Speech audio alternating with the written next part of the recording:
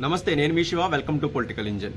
మోదీ ప్రభుత్వం మూడోసారి కొలువు తీరిన తర్వాత పూర్తిస్థాయి బడ్జెట్ 2025-26 సంవత్సరానికి కేంద్ర ఆర్థిక శాఖ మంత్రి నిర్మలా సీతారామన్ గారు ఈ రోజు ప్రవేశపెట్టిన బడ్జెట్ మోస్ట్ షాకింగ్ బడ్జెట్ అని చెప్పొచ్చు. ఎందుకంటే మధ్యతరగతి ప్రజల మీద అత్యంత అద్భుతమైన వరాలు కురిపించారు. సో 30,000 కోట్ల నుంచి సుమారుగా 80,000 కోట్ల వరకు వెళ్తున్న మధ్యతరగతి వర్గానికి వికసిత భారత్ లక్ష్యంగా పూర్తి స్థాయిలో వాళ్ళకి వేతన జీవులకి, ముఖ్యంగా శాలరైజ్డ్ పర్సన్స్కి, లేకపోతే స్వయం సంపత్తి ద్వారా ఏడాదికి 12 లక్షల మేర అంటే నెలకు 1 లక్ష మేర సంపాదించేవారు ఎలాంటి ఆదాయ పన్ను ప్రభుత్వానికి కట్టక్కర్లేదు అనేది గొప్ప ఎగ్జాంప్షన్. అంటే ఎవరు ఊహించండి కూడా ఇది గొప్ప ఊపిరి పోశారు మధ్యతరగతి వేతన జీవులకు అని చెప్పొచ్చు. సో ఇప్పటి వరకు అయితే 7 లక్షల వరకు మాత్రమే ఆదాయం, సంవత్సరానికి 7 లక్షల లోపు వార్షిక ఆదాయం ఉంటేనే ఆదాయ పన్ను మినహాయింపు ఉంది. దీన్ని ఒకేసారి 12 లక్షలకు తీసుకువెళ్ళడం, అంటే 5 లక్షలు పెంచుతూ 12 లక్షలకు తీసుకువెళ్ళడం అనేది మోస్ట్ షాకింగ్. చాలామంది ఆర్థిక నిపుణులు కూడా 10 లక్షలకు తీసుకువెళ్తారేమో అనుకున్నారు, కానీ దీన్ని మించి 12 లక్షల వరకు తీసుకువెళ్ళడం ఆదాయ పన్నులు చాలా గణనీయమైన ఊరట లభించింది మధ్యతరగతి జీవులకు అని అయితే చెప్పచ్చు. ముందు నుంచి ప్రధాని మోదీ గారు చెబుతున్నట్లుగా ఈ బడ్జెట్ అత్యంత అద్భుతమైన బడ్జెట్గా మధ్యతరగతి వేతన జీవులకు చాలా శుభపరిణామం కలుగుతుందని చెప్పినట్లుగానే ఇదైతే జరిగింది. దీంతో పాటు వికసిత భారత్, అంటే భారత్ వృద్ధికి సంబంధించి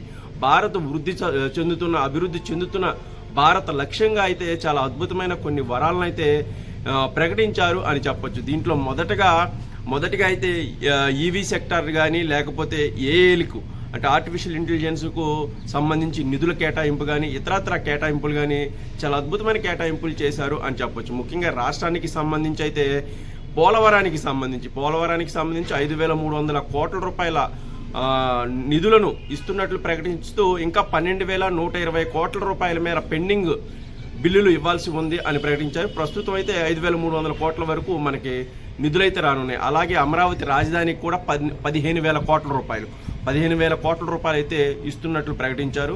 అలాగే విశాఖ పోర్టు అభివృద్ధి చేసి ఇంకా అక్కడి నుంచి ఎగుమతులు దిగుమతులు పెంచడం ద్వారా 370 కోట్ల రూపాయల మేర విశాఖ పోర్టుకు అయితే ప్రకటించారు. ముఖ్యంగా ఉప ముఖ్యమంత్రి పవన్ కళ్యాణ్ గారు కోరుకున్నట్లుగా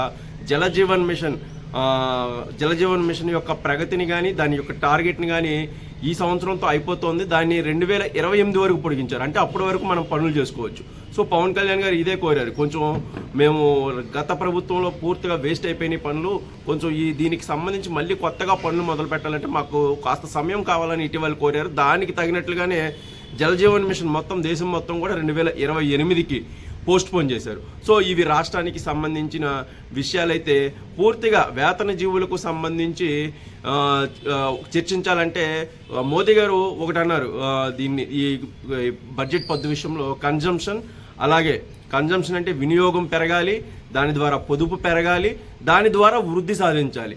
సో ఈ 3 ట్రయాంగిల్ సైకిల్లో దేశం వృద్ధి చెందాలి అనైతే ఆయనైతే అభిలషించినట్లుగానే ఇప్పుడు వేతన జీవులకు సంబంధించి 12 లక్షల మేర ఈ ట్యాక్స్ ఎగ్జంప్షన్ ఇస్తే సుమారుగా 12 లక్షలు గతంలో సంపాదించే వారికి అయితే 80,000 మిగులుతుంది. అలాగే తక్కువ సంపాదించారు 10 లక్షల మేర వార్షిక వేతనం ఉన్న వాళ్ళకి సుమారుగా 60,000 మిగులుతుంది. ఈ డబ్బులని మళ్ళీ మార్కెట్లోకి వస్తాయి, మార్కెట్లో మళ్ళీ కన్జంప్షన్ అవుతాయి. సో దీని ద్వారా వృద్ధి పెరుగుతుంది. ఆ మార్కెట్లోకి వచ్చే డబ్బు వివిధ రంగాలకు వెళ్ళడం ద్వారా వృద్ధి పెరుగుతుంది. సో ప్రస్తుతం మనం వచ్చే ఆర్థిక సంవత్సరానికి సంబంధించి 6.8% మాత్రమే వృద్ధి రేటు సాధిస్తుంది భారతదేశం అని అంచనాలు ఉన్న తరుణంలో దీన్ని ఇంకా ప్రగతిని, అంటే ఇప్పుడు ఇచ్చిన ఈ కన్జంప్షన్తో ప్రజల చేతిలో ఉన్న డబ్బును పూర్తి స్థాయిలో పొదుపుకు కానీ, లేకపోతే ఇతరత్ర అవసరాలు కానీ ఖర్చు పెట్టడం ద్వారా ఇతర రంగాల అభివృద్ధి చెందడం ద్వారా, ముఖ్యంగా సేవా రంగం కానివ్వండి, లేకపోతే వ్యవసాయ రంగం కానివ్వండి, లేకపోతే ఇతరత్ర రంగాలు వృద్ధి సాధించడం ద్వారా, సో ఈ వృద్ధిని భారతదేశపు వృద్ధిగా, అంటే 6.8% మాత్రమే ఈ సంవత్సరం వృద్ధి సాధించే అవకాశం ఉంది భారతదేశం అన్నదాన్ని మరికాంత గ్రోత్ని పెంచే చర్యల్లో భాగంగా ఈ అనూహ్యమైన నిర్ణయం తీసుకున్నారు అని అయితే చెప్పచ్చు. ముఖ్యంగా ఈ స్టాక్ మార్కెట్కి సంబంధించి కూడా గత 2 నెలల నుంచి ఫారెన్ ఇన్స్టిట్యూషనల్ ఇన్వెస్ట్మెంట్స్ ఎఫ్ఐఐలు గణనీయంగా లక్షల కోట్ల రూపాయల మేర తమ పెట్టుబడిని వెనక్కి తీసుకుంటూ సెల్లర్స్గా మారుతున్న వేళ కనీసం దానికి సంబంధించి గతంలో పెంచిన షార్ట్ గెయిన్స్ మీద 12% పెంచారు. దానికి ఏమైనా ఎగ్జంప్షన్ ఇస్తారని చాలామంది ఆశపడ్డారు, కానీ దాని మీద ఎలాంటి ప్రకటన చేయలేదు. షార్ట్ గెయిన్స్ మీద 12% పన్నును ఏమైనా తగ్గిస్తారు అనుకున్నారు, కానీ దాన్ని ఏం తగ్గించలేదు. కొంచెం తగ్గించుంటే మాత్రం చాలా బూస్టప్ అయ్యేది. విదేశీ పెట్టుబడిదారులు మళ్ళీ మన స్టాక్ మార్కెట్ మీద అయితే పూర్తిగా దృష్టి పెట్టేవాళ్ళు.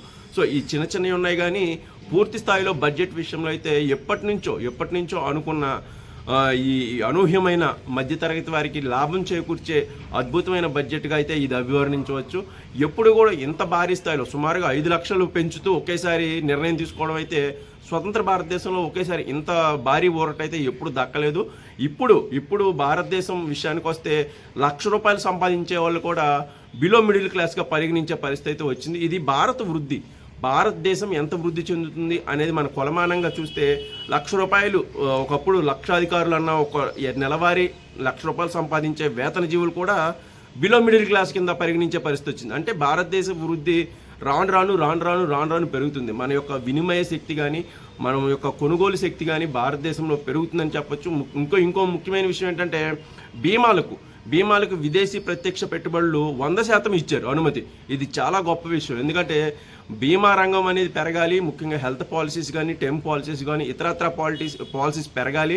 ప్రతి వ్యక్తి ఒక వ్యక్తి కనుమరుగైపోతే ఆ వ్యక్తికి తాలూకా కుటుంబం రోడ్డును పడకుండా ఉండాలంటే బీమాలు అనేది చాలా ముఖ్యం. దీనికి సంబంధించి ఇప్పటివరకు 75% మాత్రమే విదేశీ ప్రత్యక్ష పెట్టుబడులకు ఆస్కారం ఉండేది. దీన్ని 100% చేశారు. అంటే విదేశీ ప్రత్యక్ష పెట్టుబడులు దీంట్లో ఎంతైనా పెట్టుకోవచ్చు.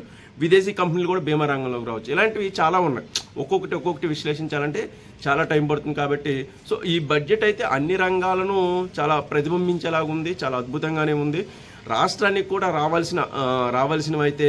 రావాల్సిన డబ్బులు కానీ ఇతరత్ర విషయాలు కానీ ప్రకటించినట్లయితే చెప్పుకోవచ్చు. పూర్తిగా భారతదేశపు యొక్క వృద్ధిని, భారతదేశం ఎదుగుతున్న తీరును ప్రతిబింబించే బడ్జెట్ అనైతే ఇది ఖచ్చితంగా చెప్పొచ్చు. ముఖ్యంగా వేతన జీవులకు కల్పించిన అతిపెద్ద శుభవార్తగా నిర్మలమ్మ గారిని అయితే ఇప్పుడు చాలామంది భారతదేశం వేతన జీవులు అయితే పొగుడుతున్నట్లయితే చెప్పొచ్చు. సో ఈ బడ్జెట్ మీద మీ అభిప్రాయాలు కానీ సూచనలు కానీ ఏమైనా ఉంటే ఖచ్చితంగా కామెంట్ చేయండి. వీడియో కనుక నచ్చితే ఒక లైక్ ఇచ్చి నన్ను ప్రోత్సహించండి. Thank you.